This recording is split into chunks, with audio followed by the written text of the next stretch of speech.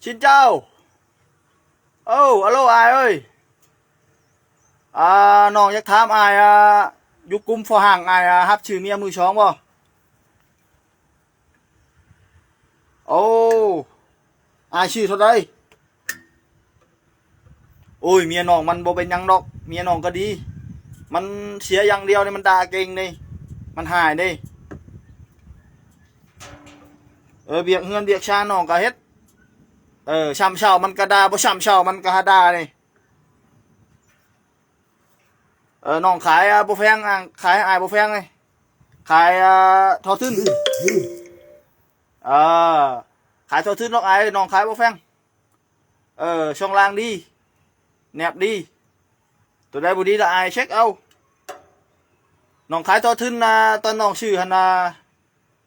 เงิน30คำ2 บาทได้น้องขายอ้ายละทอทึนอ้ายชื่อได้บ่เอาโอเคน้องชื่ออัน